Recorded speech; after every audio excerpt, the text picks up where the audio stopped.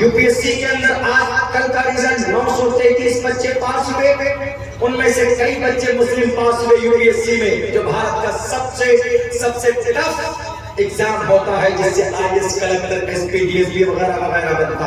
اس کے لیے بہترین کوچنگ کا نظام، ہمارا مدرسہ چل جائے گا تو ایک قانونی ٹیم جماعت پڑے گی اس تنظیم کے اندر، اور direct supreme court, high court میں کیس فائل ہوگا، اور سامنے نظروں میں نظریں ڈال کر ہمارا لائر بات کرے گا۔ ہم وکیل پیدا کریں گے اس فنڈ سے، ہمیں کپل سبل کی ضرورت نہیں ہے، ہمیں جناب پرشانت کشور کی ضرورت نہیں ہے۔ ہمارے بچے لائر بنیں گے، ہمارے بچے عالم بنیں گے، ہمارے بچے مفتی بنیں گے، ہمارے بچے پروفیسر بنیں گے، ہمارے بچے ڈاکٹروں کے امام بنیں گے۔ کیا ہم ڈاکٹر کے امام نہیں ہیں؟ 1923 میں ڈاکٹر کا امام ابو بکر محمد بن زکریا الرازی تھا، جو مسلمان تھا۔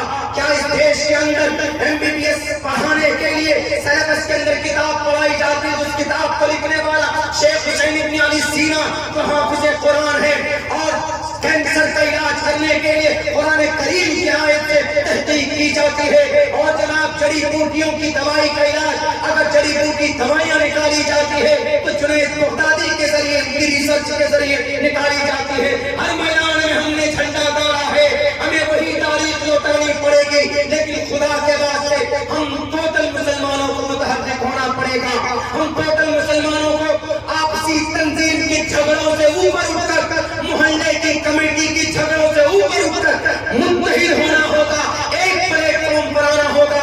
اور اگر ایک سال میں 3,500 کروڑ روپے جمع ہوتا ہے تو 5 سال کے اندر اربوں روپے جمع ہوگا، اور یہ پیسے انہی سوشل کاموں میں خرچ ہوں گے، تو ہماری سماج کی کوئی بچی اپنے ایمان کا سودا نہیں کرے گی، ہمارے سماج کے اندر کوئی بھی غلط کام نہیں ہوگا، ہمارے علماء پسینہ نہیں بہائیں گے، ہمارے نوجوان شراب نہیں پیئیں گے، ہماری سماج کی بیٹیاں اغیار کے ہاتھوں میں ہاتھ ڈال کر اسلام کو بدنام نہیں کریں گی۔ اگر زمینی سطح پر ہم نے یہ کام کیا تو انشاءاللہ تبارک و تعالی۔ تیسری بات میں اب مختصر ختم کرتا ہوں۔ کچھ لوگوں نے قرآن کی 24 آیت پر اعتراض کیا، وقت ہو چکا ہے، حضرت والا بھی شاید آ گئے، میں بس مختصر وقت میں، تو وہ جو مدرسہ چلا، اس مدرسے کے اندر جو کتابیں چلی 4,000، اس میں قرآن بھی تھے، تو پتہ کیا بات نکل کر آئی؟ بات نکل کر یہ آئی، مولانا قرآن تھا، اور قرآن میں آپ کی ایک آیت ہے، 24 آیت ہے، ان میں پہلی آیت یا ایھا النبی حرض المؤمنین علی القتال، اے نبی ہندوؤں کو مارنے پر مسلمانوں کو تیار کیجئے، ابھاریے۔ غلط ترجمہ، یہ ترجمہ نہیں ہے، لیکن بی ایچ پی کے لوگوں نے یہ ترجمہ کیا۔ اس کا ترجمہ کیا ہے؟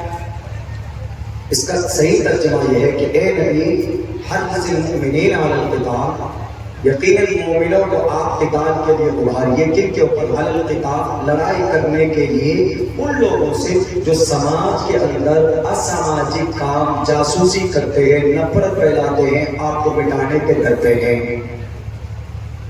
آج بھی اس پر عمل ہوتا، بھارت سرکار عمل کرتی ہے اس پر۔ مثال کے طور پر چائنا کا کوئی جاسوس آپ کے ملک میں آ جائے تو ہمارے مودی جی کیا کہیں گے؟ فوراً سزائے موت دو، سولی پر چڑھا دو یا جیل میں ڈال دو، یہ کہیں گے۔ امریکہ کی کوئی جاسوسی کا امریکہ میں جا کر تو امریکہ والا کیا کرے گا؟ ڈونلڈ ٹرمپ ہوتا ہوا کہتا ہے کہ دو حصوں میں بانٹ دو اس کو، تقسیم کر دو، پھاڑ دو اس کو، نالائق ہمارے دیش کی جاسوسی کرتا ہے۔ جب ڈونلڈ ٹرمپ امریکہ والا، یہ لوگ ہمارے بھارت کے پرائم منسٹر جاسوسی کرنے والے کو سزائے موت دے رہے ہیں یا عمر قید کی سزا دیں گے، تو نبی کی جاسوسی جو کر رہا تھا، نبی کو قتل کرنے کے در پر تھا، تو اللہ نے کہہ دیا کہ بھئی ان کو قتل کرو، ان کو مارو، تو اس میں پیٹ میں کیوں درد ہوتا؟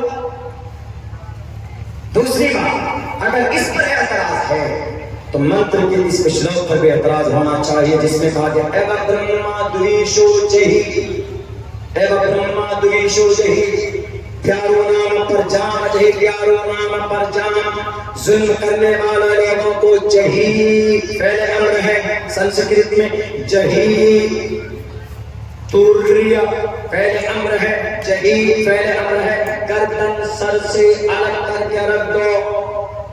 یعنی جو جاسوسی کرے، جو ظلم کی بات کرے، ان کی گردن اتار دو۔ اگر قرآن کریم کی اس آیت پر آپ کو اعتراض، تو اتھروید کے اس 20ویں کانڈ کے 11ویں منتر پر بھی اعتراض ہونا چاہیے۔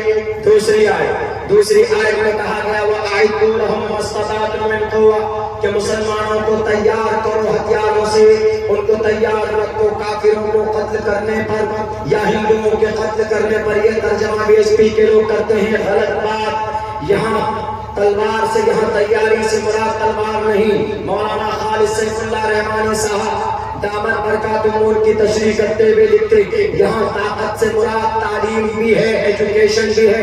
ایجوکیشن سے بھی تم اسٹرانگ رہو تاکہ تم پر کوئی NSA لگائے، تم پر کوئی دہشت گردی کا الزام لگائے تو تم اپنے لائر کے ذریعے، تم اپنے جج کے ذریعے سے ان کی دفاع کر سکو، یا تمہارے گردن پر کوئی تلوار لے کر تم کو قتل کرنے آئے تو تم اپنے اعتبار سے اتنے طاقتور رہو کہ تم ان کا خاتمہ کر سکو۔ سپریم کورٹ کا ججمنٹ بھی یہی ہے۔ اگر قرآن کریم کی اس آیت پر کسی کو اعتراض ہے تو اتھروید کا ہی ایک منتر ہے جس میں کہا گیا، صاف صاف لفظوں میں کہا گیا، یوں کہا ایوا برہما دویشو جہیتوم توریترشتہ پیارو نام پر جام جہی۔ یہ تینوں منتر کسی آیت کے تعلق سے ریلیٹڈ ہے۔ ان تینوں کے اندر تینوں کا مقصد یہی ہے کہ اگر کوئی ظلم کرتا ہے، سامنے لڑنے آ جاتا ہے تو آپ ان کے سامنے میں ان کا مقابلہ کیجئے۔ اگر آپ کو قرآن کریم کی اس آیت پر اعتراض ہے، وَأَعِدُّوا لَهُم مَّا اسْتَطَعْتُم مِّن قُوَّةٍ وَمِن رِّبَاطِ الْخَيْلِ، وہ آپ کو اتھروید کا جو منتر ہے اس کے اندر پیارو نام پر جام جہی، اس پر اعتراض ہونا چاہیے۔ اور دوسرے منتر ایوا برہما دویشو جہی، جو برہما سے دویش کرتا ہے، نفرت کرتا ہے، اس پر بھی اعتراض ہونا چاہیے۔ اور تیسری آیت پیش یوں کرتے فَكُلُوا مِمَّا غَنِمْتُم، مسلمان لوٹو اور کھاؤ، ہندوؤں کے مال کو لوٹو اور کھاؤ، لوٹو اور کھاؤ۔ کتنا غلط ترجمہ ہے، حالانکہ ترجمہ صحیح ہے فَكُلُوا، کھاؤ غنیمت کا مال، یعنی جو میدان جنگ میں جو چیزیں جنگ میں آپ جیت لیتے ہیں، سامنے والا ہار جاتا ہے، اس کے سامان لوٹے ہوئے سامان کو فَكُلُوا، تم کھاؤ۔ زبردستی کسی کی زمین پر قبضہ کرنے کی اجازت اسلام میں نہیں ہے۔ اس دنیا میں اگر ایک بالشت زمین بھی کوئی کسی کا ناجائز طور پر قبضہ کرے گا تو کل قیامت میں اللہ تبارک و تعالیٰ اس کا بدلہ نیکیوں سے اس کو چکانا پڑے گا۔ اس شخص کو اس زمین پر جب کسی کو زبانی طریقے سے کسی کو ڈرانے دھمکانے کی اجازت نہیں ہے، پرمیشن نہیں ہے، تو آپ لوٹنے اور مارنے کی بات کیسے کرتے ہو؟ اگر آپ کو قرآن کریم کی اس آیت پر اعتراض ہے تو پھر اٹھائیے شری بھگوت گیتا کے اندر، پوچھے شری ارجن شری کرشن جی سے، جس میں ارجن کے بارے میں کہا گیا کتستوا کشملیدم وشویسم اپستتم اناریجشتم، اور تیر تم توریترشتہ وبھجانی، میدان کارزار میں جو سامان مل جائے ان سامان کو شتروؤں کو مار کر آپس میں بھی بھجانی، بانٹ کر کھا لو۔ جو آیت ہے وہی مطلب اتھروید میں ہے۔ اسی لیے قرآن کریم کی آیت کو سپریم کورٹ میں لے جانے سے پہلے اپنے پیدا کے اوپر ریسرچ کر لینا۔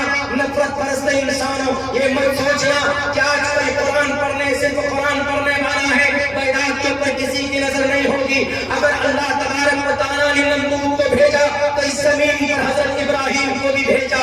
اگر اللہ نے اس زمین پر حامان کو، فرعون کو بھیجا تو اللہ تبارک و تعالیٰ نے اس زمین کے اوپر موسیٰ کو بھی بھیجا۔ اگر اس زمین کے اوپر اللہ تبارک و تعالیٰ نے ابو جہل جیسے ملعون کو بھیجا تو اللہ نے ان کے سامنے میں محمد ابن عبداللہ محمد رسول اللہ کو بھی بھیجا۔ آج کی تاریخ میں یہ سلسلے تو بند ہو گئے، لیکن یہ مت سوچنا کہ مسلمانوں کے قرآن کے اوپر جو ایلیگیشن سے لگائیں گے یہ لوگ چپ اور خاموش رہیں گے۔ اگر تم غلط قرآن کریم کا ترجمانی کرو گے تو ہمارے ہندوستان کے RSS PSP کے لوگوں عبداللہ سالم جیسا تعلیم کھڑا ہوگا تمہارے میدان کی روشنی میں، تمہارے منہ کے اوپر بڑھ کر بتائے گا کہ اگر تمہارے قرآن کریم پر تم کو کوئی اعتراض ہے، سورہ فاتحہ پر اعتراض ہے تو برہما سوتر پر اعتراض ہونا چاہیے۔ اذان پر کوئی اعتراض ہے تو جے ہنومان جان گن ساگر، جے کپیس ہم لوگ اجاگر، رام دود اترت بلدامہ انجلی پتر پون سدھاما پر اعتراض ہونا چاہیے۔ اگر یا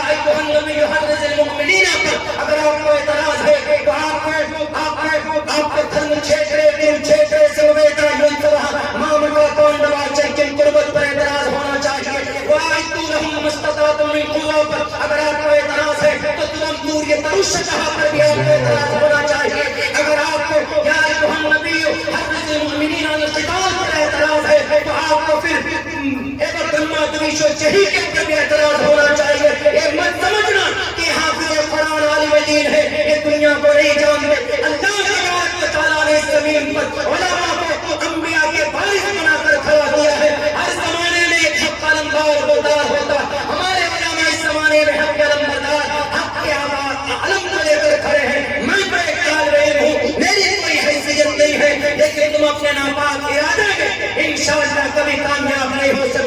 اور مدرسوں کو چلایا صرف اس لیے کہ مدرسوں میں قرآن کی تعلیم ہوتی اور قرآن میں 34 آیت اور مدرسے کی یہ تاریخ کیوں نہیں معلوم. اگر مدرسہ نہ ہوتا تو شاہ ولی اللہ نہ ہوتے, مدرسہ نہ ہوتا تو شاہ عبدالعزیز نہ ہوتے, شاہ عبدالعزیز نہ ہوتے تو جہاد کا فتویٰ انگریز کے خلاف تمہارا نانا دیتا, شاہ عبدالعزیز نہ ہوتے تو حاجی امداد اللہ نہ ہوتے, حاجی امداد اللہ نہ ہوتے, مولانا قاسم نہ ہوتے, مولانا قاسم نہ ہوتے, دارالعلوم دیوبند کی بنیاد نہ ہوتی, دارالعلوم دیوبند نہ ہوتی, شیخ الہند نہ ہوتے, شیخ الہند نہ ہوتے تو مولانا عبید اللہ نہ ہوتے, مولانا عبید اللہ نہ ہوتے, تحریک ریشمی رومال نہ ہوتی, تحریک ریشمی رومال نہ ہوتی, شیخ الاسلام نہ آتے, شیخ الاسلام نہ آتے. انگریزی ہمت کو توڑنے والا کون؟ تمہارا ساورکر. وہ جھوٹا تھا, یہ غلامی کر رہا تھا, لیکن انگریز کی آنکھوں میں آنکھیں ڈال کر اگر کسی مرد مجاہد نے بات کی وہ شیخ الاسلام نے بات کی. شیخ الاسلام مولانا حسین احمد مدنی, مولانا ارشد مدنی کے ابا, مولانا محمود مدنی کے دادا,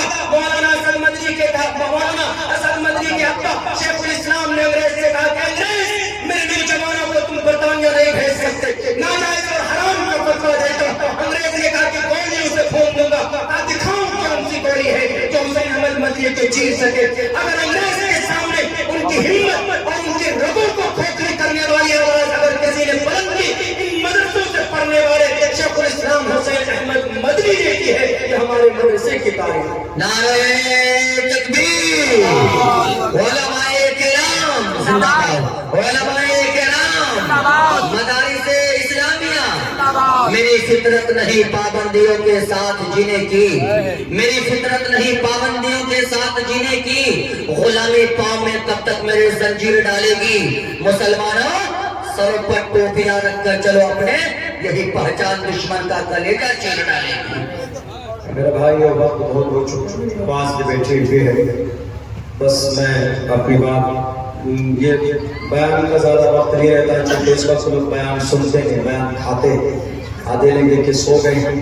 تو بہرحال اس میں اذان ہو جائے گی. حضرت والا بھی تشریف لا چکے ہیں. بس میں اللہ سے دعا کرتا ہوں کہ ہم تمام مسلمانوں کو اللہ تبارک و تعالیٰ صحیح سمجھ دے, بیٹیوں کے تعلق سے, غربت کے تعلق سے, کہ ہم صحیح کام کریں اور شریعت کے مطابق اپنی زندگی گزاریں. بہت بہت شکریہ, جزاک اللہ. السلام علیکم ورحمۃ اللہ وبرکاتہ. وعلیکم السلام.